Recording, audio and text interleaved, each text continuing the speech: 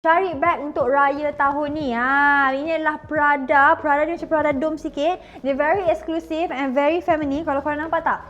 Kalau pakai raya, glamour, meletup dan terkentut, okay? Korang tengok ni, belah dalam dia datang sekali dengan magnetic closure kat sini. If korang buka, dia ada separate compartment dua. So korang tak duit raya anak kat depan, duit raya suami kat belakang. Kalau korang bagi suami korang duit raya lah, okay? Dan ada juga compartment di tengah-tengah ni untuk korang letak anything. Kalau korang rasa macam korang letak, korang letak lah, guna lah kat sini. Okay, kalau Rabi tak guna lah kot. Okay, kita ada 1 unit sahaja untuk bag ni. Harga dia tak mahal pun korang.